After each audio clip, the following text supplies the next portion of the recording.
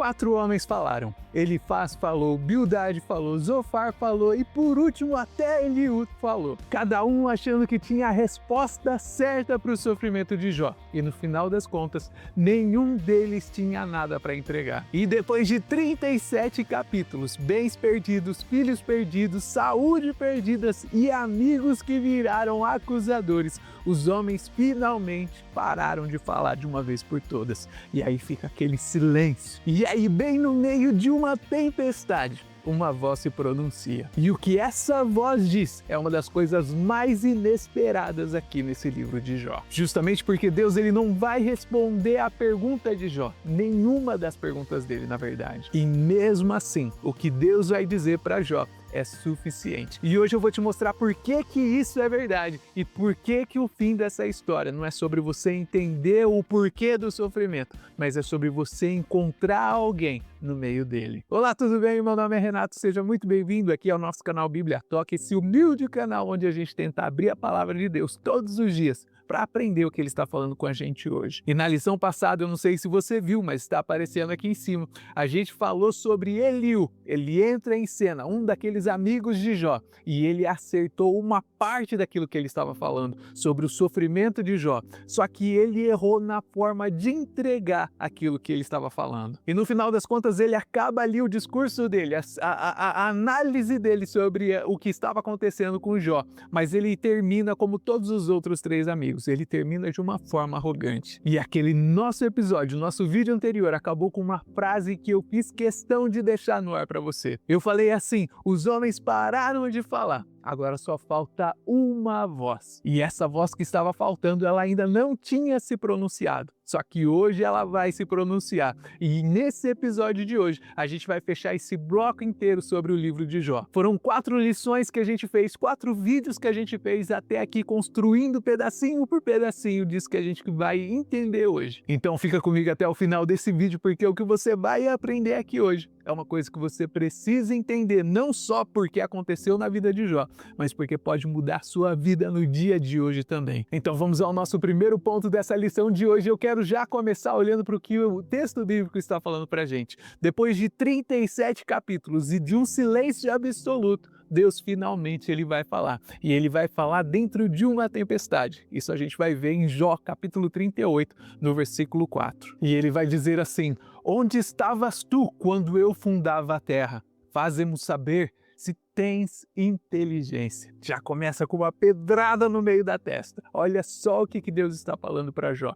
Você repara bem aqui no que está acontecendo. Jó ele estava passando 37 capítulos ali chorando: Senhor, por quê? Por que está acontecendo comigo? Por que eu estou sofrendo? Por que tudo está caindo sobre mim? Deus, será que você está aí? Por que você está calado? E Deus, quando ele finalmente abre a boca, ele não responde nenhuma das perguntas que Jó fez para ele. Olha só que interessante. Pelo contrário, ele dá uma pedrada em Jó aqui nesse versículo. Em vez disso, ele começa fazendo as perguntas que ele tinha para Jó. E aí ele vai fazer 32 perguntas retóricas, uma atrás da outra, sobre a criação do mundo. Onde que Jó estava quando as estrelas foram colocadas no céu? Onde Jó estava quando o mar recebeu os limites dele? Jó sabe explicar o que acontece, por que nós temos neve em cima das montanhas, por que a chuva acontece, o nascimento dos animais na selva. Você consegue explicar isso, Jó?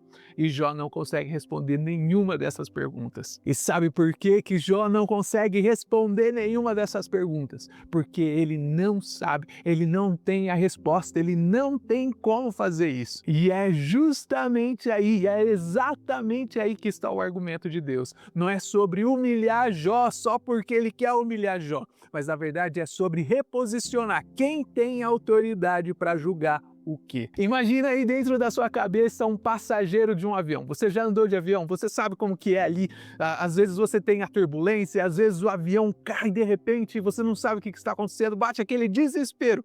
E aí no meio desse desespero, um passageiro bate na cabine do piloto. Ele quer saber por que o avião está balançando daquele jeito, por que o avião precisou mudar a rota, porque ninguém avisou ele antes disso acontecer. E o piloto abre aquela porta e faz uma pergunta de volta para esse passageiro. Ele vai perguntar para ele: você consegue explicar como é que funciona a turbina do avião? Você consegue explicar como e por que o combustível faz o motor girar nesse avião? Você consegue entender, você sabe como que a aerodinâmica trabalha em cima da asa de um avião? E é claro que o passageiro não sabe como faz isso. O passageiro não tem nenhuma resposta sobre isso, porque o passageiro é simplesmente alguém que está ali para fazer a viagem. E mesmo assim, muitas vezes a gente coloca a nossa própria vida na mão de um piloto que a gente nunca conheceu para sair de avião de um lugar para um outro lugar. Então o passageiro, ele não precisa conhecer nada sobre engenharia, ele não precisa saber nada sobre mecânica, sobre a atmosfera. Aquele passageiro, ele simplesmente precisa confiar naquele piloto que está levando aquele avião. E é justamente isso que Deus está fazendo com Jó. Ele não está fugindo da dor que Jó está passando, mas na verdade ele está mostrando que existe uma capacidade de julgar, que só existe um tipo de conhecimento que só uma pessoa tem, e essa pessoa é Deus. A gente já viu isso lá desde a nossa lição de número 2, desde o nosso vídeo 2 dessa série, quando a gente aprendeu sobre teodiceia. O que é a teodiceia, Renato? É o problema de conciliar um Deus bom, um Deus amoroso, um Deus que é um pai para mim e para você, mesmo no meio do sofrimento humano. E é justamente aqui que está a resposta mais extraordinária que aparece aqui nessa tensão. Deus, ele não está explicando o mal, na verdade ele está se revelando a Jó nesse momento. E essa não é uma resposta barata, não é uma resposta de R$ 1,99, mas essa resposta é uma resposta muito diferente daquela que Jó e muitas vezes eu e você, nós costumamos esperar, aquela resposta que nós pedimos para Deus. Só que é interessante a gente perceber nesse diálogo que está acontecendo aqui, que Deus, ele não para apenas nas perguntas sobre a estrela, sobre o mar, mas ele também aponta para duas criaturas específicas. E isso ainda vai calar Jó de um jeito ainda mais definitivo, porque depois dessas 32 perguntas sobre a criação no geral, Deus, ele vai mudar a estratégia dele. Ele vai passar 2 capítulos, ele vai passar Jó 40 e 41, descrevendo apenas duas criaturas. Que criaturas são essas, Renato? São duas criaturas muito importantes, e a primeira delas é o Beomoth. Eu não sei nem se é assim que se fala essa palavra, mas a maioria dos estudiosos entendem e acreditam que esse animal que Deus está falando aqui é o hipopótamo, que é um animal de força descomunal, capaz de quebrar ossos, de virar barcos em um só movimento. E o segundo animal que Deus está falando aqui é sobre o Leviatã, e muita gente acredita que esse é um crocodilo gigante. Ele é descrito como tendo escamas pelo corpo todo que funcionam como se fosse um escudo, com uma mandíbula que ninguém jamais ousaria abrir à força. E Deus, ele vai descrever esses dois animais com detalhes que são pura poesia para mim e para você. E a pergunta implícita aqui o tempo todo continua sendo a mesma: Jó, você consegue domar um hipopótamo? Você consegue dominar um Leviatã e pegar esse Leviatã no anzol? E a resposta óbvia que tinha para ele e para mim e para você no dia de hoje é não. É claro que a gente não consegue fazer isso. E é justamente aqui que está o ponto central. Porque se Jó, ele não consegue controlar essas criaturas que são as mais temidas da criação, como é que ele está tentando controlar ou sequer julgar os desígnios daquela pessoa que é o próprio Criador de todas essas coisas? O que Deus está tentando dizer aqui para Jó não é que o sofrimento dele é pequeno ou que aquele sofrimento é insignificante, mas ele está dizendo, ele está mostrando para Jó que existe alguém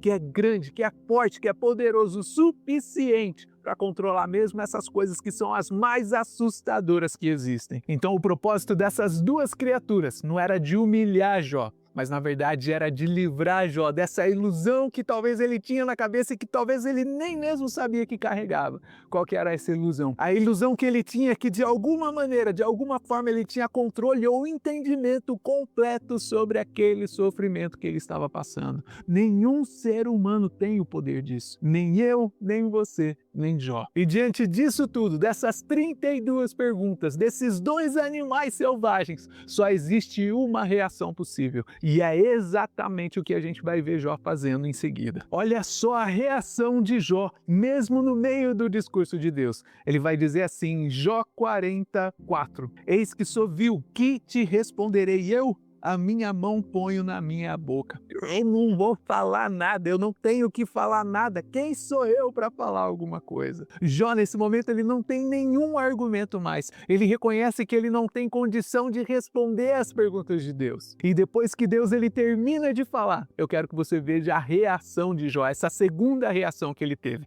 Está aqui em Jó 42, no versículo 5. Que diz assim: com o ouvir dos meus ouvidos ouvi, mas agora te veem os meus olhos. Outras versões vão dizer: eu te conhecia só de ouvir, mas agora os meus olhos te veem. Você consegue entender o que Jó está dizendo aqui? Ele não está confessando nenhum pecado escondido que ele tinha. Na verdade, os amigos dele até passaram lá 37 capítulos acusando ele para que ele fizesse uma confissão. Mas ele não fez porque essa confissão não existia. Só que o que Jó está confessando agora é uma outra coisa. É uma coisa muito diferente. Ele está confessando que ele conhecia Deus de ouvir, mas agora ele conhece porque ele tem um relacionamento com ele, porque os seus olhos viram o Senhor. E essa é a diferença entre você conhecer sobre Deus e de você conhecer a Deus. Existe uma diferença gigantesca nisso. E eu espero do fundo do meu coração que você conheça a Deus e não apenas sobre Deus através desses vídeos e através sobre tudo que você escuta falar sobre Deus. Tem tanto cristão por aí, tem tanto crente por aí dentro das igrejas vivendo da experiência das outras pessoas, mas eles mesmos nunca tiveram uma experiência. E o desejo do fundo do meu coração é que um dia você também chegue nessa realidade de poder dizer: Deus, eu ouvia falar sobre você, mas hoje eu te conheço, hoje eu sei quem você é, porque nós temos um relacionamento. Imagina aí na sua cabeça eu, alguns anos atrás, sei lá, 10, 11 anos, 12 anos atrás, quando eu vim aqui para o Canadá.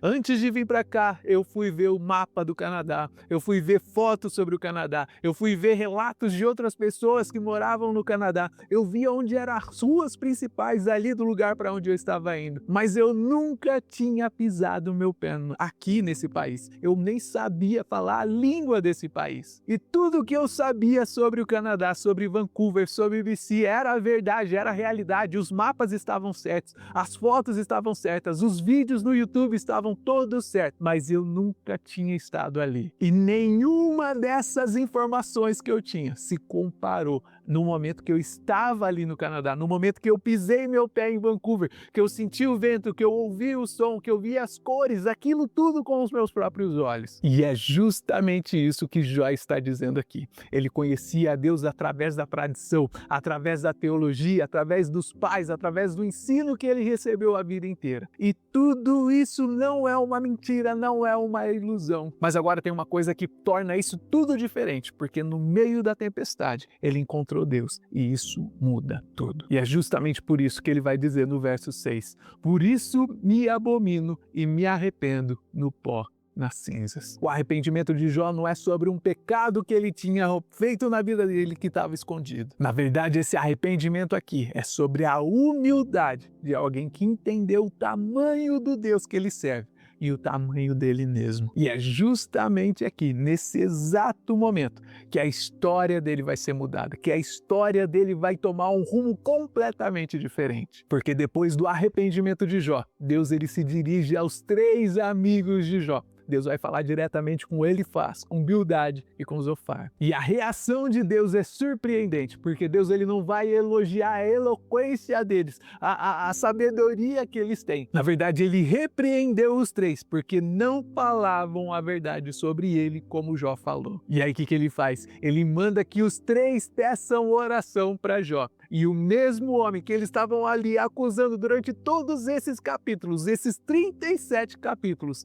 é esse homem que vai colocar a mão sobre eles e orar sobre eles. E Jó faz isso sem nenhum ressentimento, sem nenhuma mágoa, sem cobrar satisfação daqueles 3. E é exatamente nesse momento, orando pelos seus próprios acusadores, que a restauração completa começa na vida de Jó. E aí justamente vem o verso 10 aqui no capítulo 42, que vai dizer assim: o Senhor virou o cativeiro de Jó quando orava pelos seus amigos, e o Senhor acrescentou a Jó outro tanto em dobro de tudo quanto dantes possuía. Você consegue entender o que Deus fez na vida desse homem? Os bens de Jó, eles foram duplicados. Ele recebeu uma nova família, 7 filhos, 3 filhas. E a Bíblia ainda diz que ele viveu mais 140 anos, vendo seus netos e os seus bisnetos. E aqui nessa história também tem uma vitória que talvez a gente nem perceba quando a gente está vendo pela primeira vez. Mas lá no nosso segundo vídeo, a gente viu que Satanás ele fez uma aposta que Jó abandonaria Deus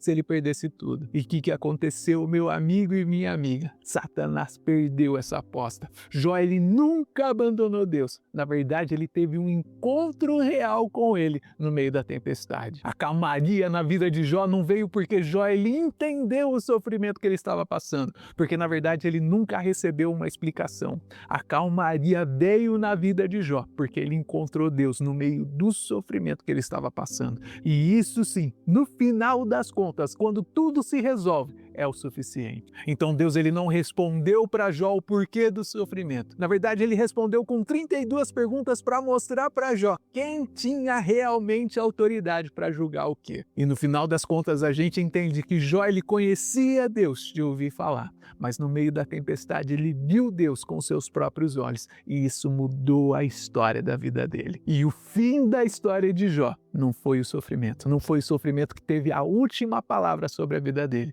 mas na verdade foi a graça, foi dobrada sobre a vida dele. Depois de uma oração pelos seus próprios acusadores, tudo se transformou na vida dele. Deus ele falou com Jó no meio da tempestade, mas não foi para explicar o sofrimento, mas na verdade foi se revelar através dela. Jó reconheceu a diferença entre ouvir e entre conhecer. E a restauração da vida de Jó veio por causa da humildade dele e não por causa do pagamento de um sofrimento que ele passou na vida. Então esse episódio, minha amiga, meu amigo, esse vídeo de hoje, ele fecha esse bloco, essas 4 lições sobre o livro de Jó. A gente viu Jó perdendo tudo, a gente viu Jó defendendo a sua própria integridade, ele ouvindo teologia errada dos seus próprios amigos e finalmente a gente vê ele encontrando Deus no meio da tempestade. E você sabe o que é mais bonito no meio de tudo? É que Jó ele saiu dessa história adorando a Deus. E a próxima parte desse nosso estudo, dessa nossa série, é justamente sobre isso. É sobre adoração, sobre oração, sobre louvor em todas as circunstâncias da nossa vida.